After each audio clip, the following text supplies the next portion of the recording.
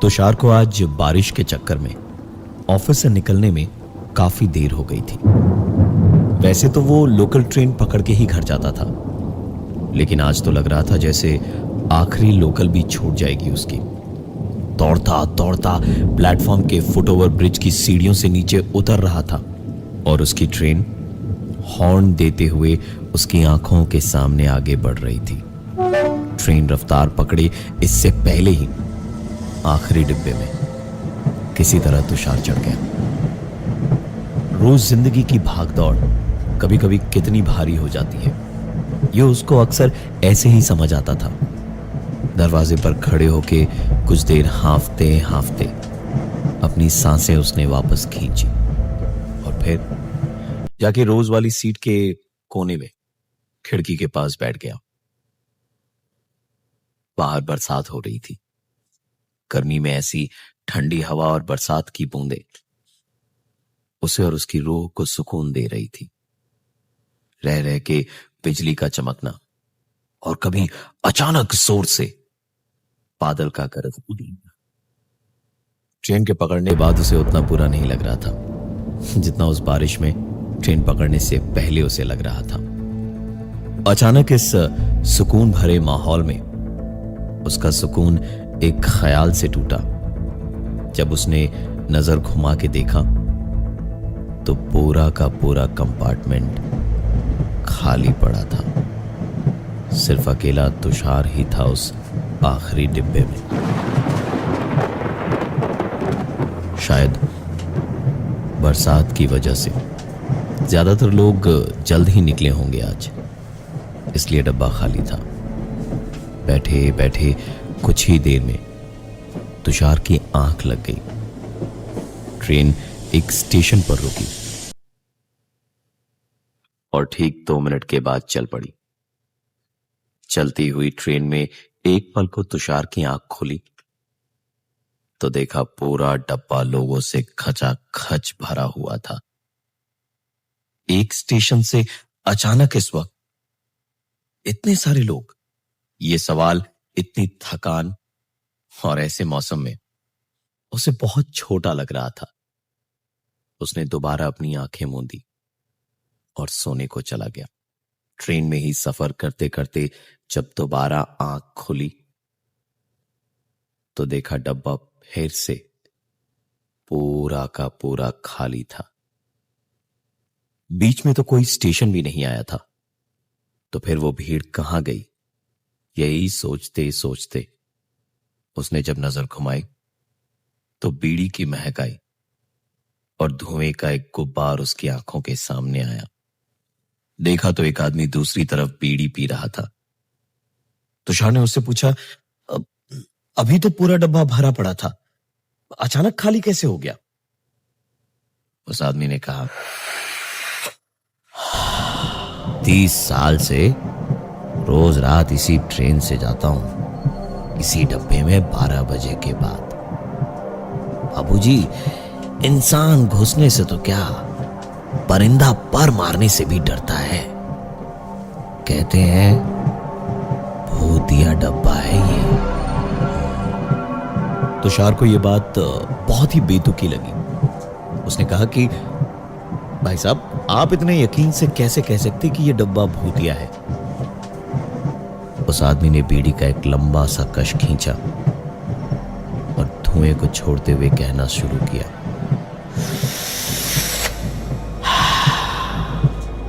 साल भर पहले मैं रात को इसी डब्बे में चढ़ा था, जिस स्टेशन पे अभी ट्रेन रुकी थी ना, वहीं से। उस रात मेरे साथ जो हुआ मैं कभी नहीं भुला सकता। उसने आगे बताना शुरू किया, तकरीबन साल भर पहले मैंने इसी स्टेशन से ट्रेन भागते हुए पकड़ी थी और इसी डब्बे में चढ़ा था। थकान बहुत थी और डब्बा खाली ही था, तो थोड़ा फैलकर मैं सो गया। कुछ देर के बाद में जब आंख खोली तो देखा एक आदमी मेरे सामने बैठा अखबार पढ़ रहा था। रात के तकरीबन 1 बजे। कोई अखबार पढ़ता हुआ जाता तो नहीं था, लेकिन वो बड़ा लीन होकर के अखबार पढ़े जा रहा था।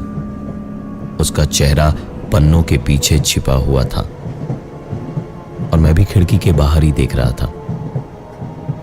तभी मैं मुड़ा और उसने भी पन्ना पलटने के लिए अखबार मोड़ा, और जैसे ही उसने अखबार मोड़ा मैंने उसका वो भयानक चेहरा देखा। फूटा हुआ, अधकुचला और उसके सर से बहता हुआ खून। ऐसा लग रहा था जैसे सर मार मार के एक तरफ से कुचलने की कोशिश की गई। आखिरकार इंसान ही हूं मैं। मेरी आंखें बंद हो गई और चीख निकली। मैं चीखता जा रहा था और अचानक उसी आदमी ने पकड़ के मुझसे कहा, अरे क्या हुआ भाई साहब, आप ठीक तो हैं? कुछ मदद चाहिए आपको? मैंने आंख उठा के देखा तो वो बिल्कुल ठीक था। एक खरोंच भी नहीं थी उसके चेहरे पर।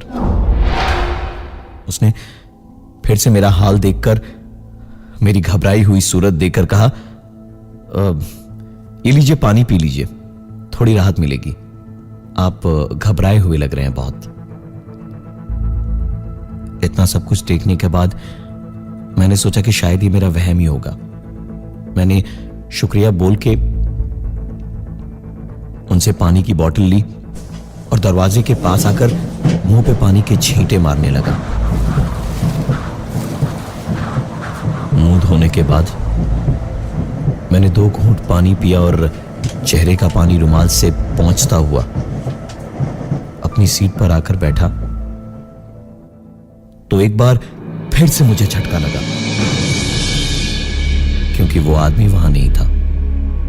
मैं कुछ कहूं या करूं इससे पहले ही आवाज आई, अरे भाई साहब, अरे मैं यहां हूं गेट के पास में।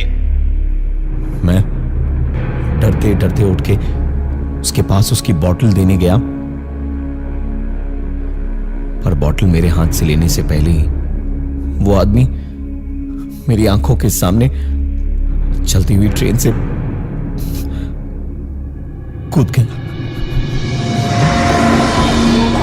मैं 2 मिनट को वहां से हिल भी नहीं पाया, लेकिन फिर मैंने खुद को संभाला और जाके गेट के पास वाली सीट पे बैठा।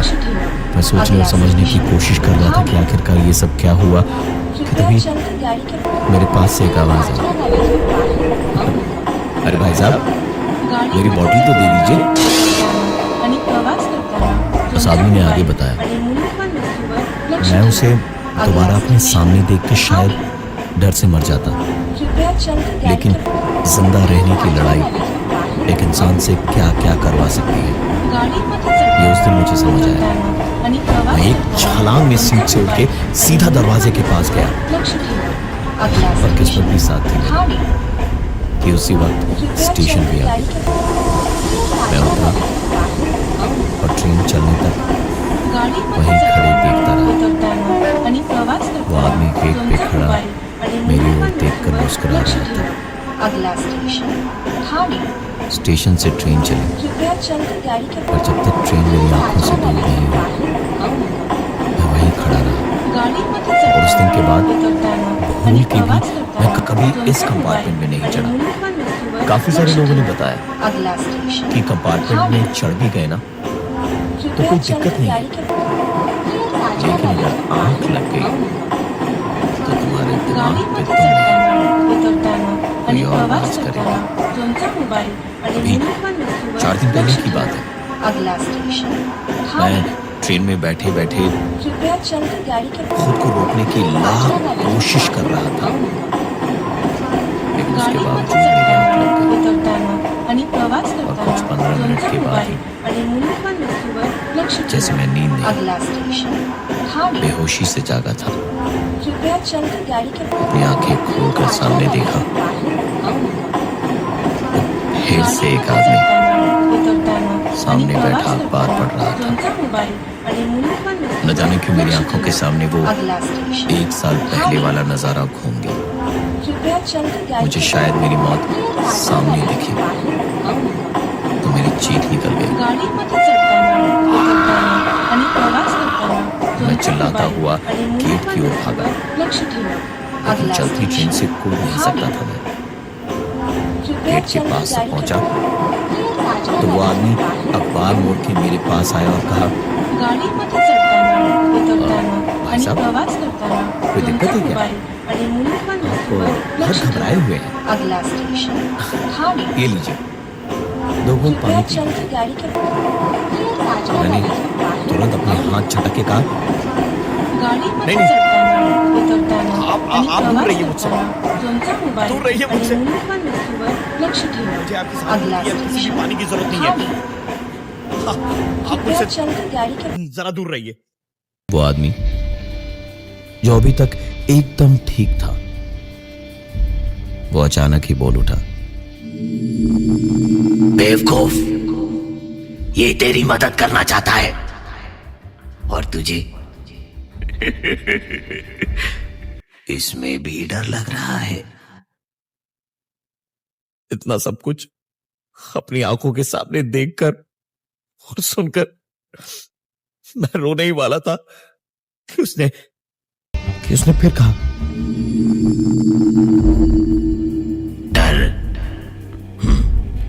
डर तो तुझे अब दिखाता हूं मैं। और इतना कह के वो आदमी अपने सर के बल इसी फर्श पे यहीं जोर से गिर पड़ा। खून की एक तेज धार उसके सर से फूट के निकली। निशान अभी भी इसी ट्रेन में है उस तरफ। और उसके बाद 2-3 बार जोर जोर से अपना सर उसने फर्श पे पटक पटक के मारा। और उसके बाद सर उठा के मेरी तरफ देख के हंसते हुए उसने कहा,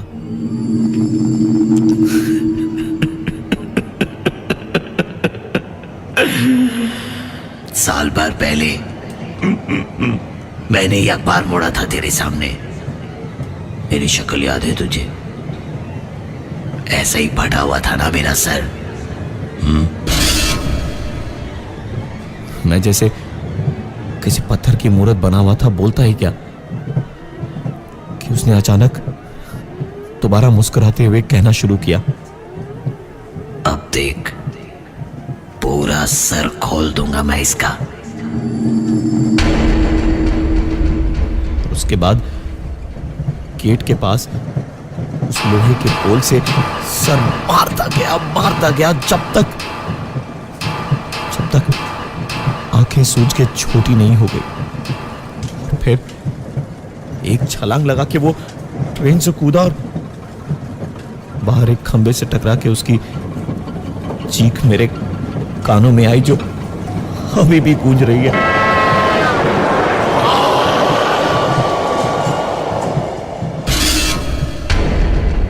उस आदमी ने अपनी कहानी, अपनी आप बीती बतानी खत्म ही की थी कि तुषार के चेहरे पर एक अजीब सी मुस्कुराहट आई और उसने कहा, कहानियां बहुत अच्छे से सुनाते हैं आप। वैसे ये तो 4 दिन पहले की बात है जो आपके साथ हुई। कल तो आप इस ट्रेन में सफर नहीं कर रहे थे ना? कल मैं था इस ट्रेन में और कल मैं मरा था इसी डब्बे में।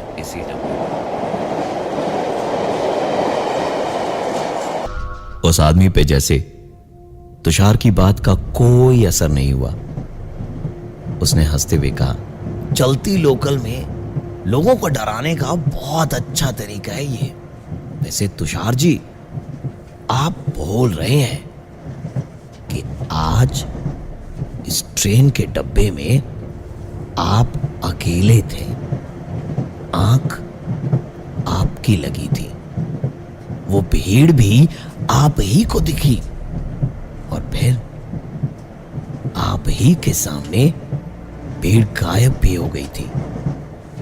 तुषार की आंखें उस आदमी की कही हर एक बात के साथ चौड़ी होती जा रही थी। तुषार जैसे मिट्टी का पुतला सा बन गया था और बीड़ी पीते हुए मुस्कुराते हुए उस आदमी को देखे जा रहा था। उसकी ये जागती हुई बेहोशी टूटी जब एक दूसरी ट्रेन अपना हॉर्न बजाती हुई जोर से बगल वाली पटरी से गुजरी।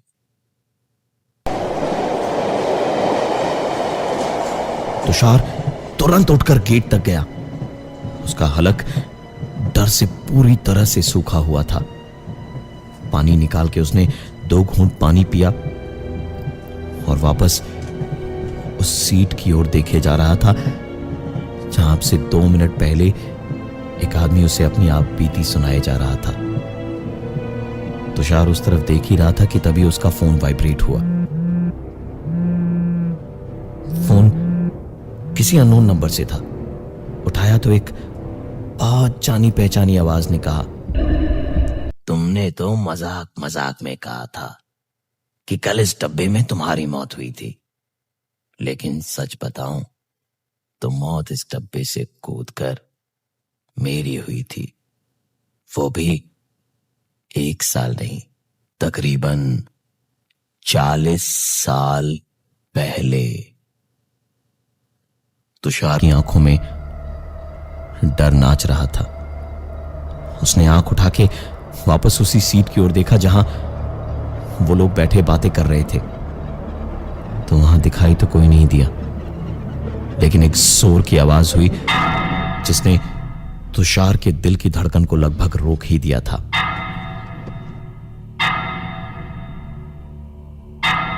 सबसे पहली आवाज तो उसी सीट पे हुई थी, लेकिन फिर आवाजें ऐसे हुई जैसे लग रहा था कि एक एक करके कोई सीट पे मारता हुआ आगे आ रहा है तुषार की तरफ।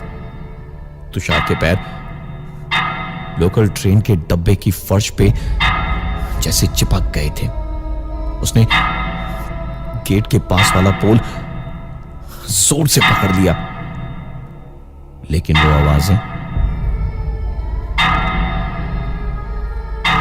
जो भी कर रहा था वो तुषार के बेहद नजदीक आ चुका था। तुषार को एक ही सेकंड में किसी ने जैसे उठा के पटक दिया था।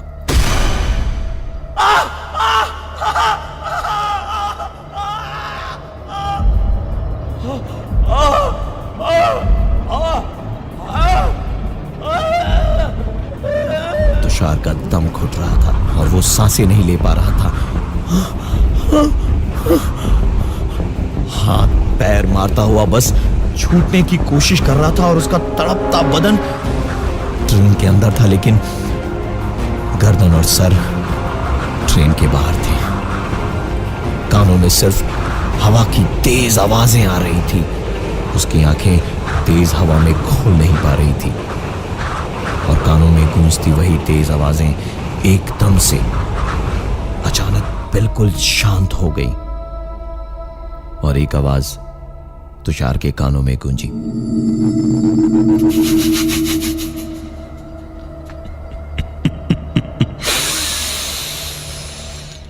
आज क्या हालत हो गई है ना तेरी। कितना शौक था तुझे बिजनेसमैन कहलाने का। बड़ी बड़ी गाड़ी, ऑफिस, सब लुट गया ना तेरा। सड़क पे आ गया ना तू भी। कैसे कीड़ों की तरह हालत हो गई है तेरी। मेरा पूरा बिजनेस तुम चोरों ने हड़प के मुझे सड़क पे ला दिया था ना। इसी ट्रेन से कूद के जान देने से पहले मैंने 40 साल पहले कसम खाई थी कि तुम सबको भी यहीं इसी लोकल ट्रेन में लाकर मारूंगा। 3 तो गए, आखिरी बचा था बस तू एक। और अब तेरी बारी। नहीं नहीं, मुझे छोड़ दो, मुझे माफ कर दो, मुझे माफ कर दो, मुझे माफ कर दो।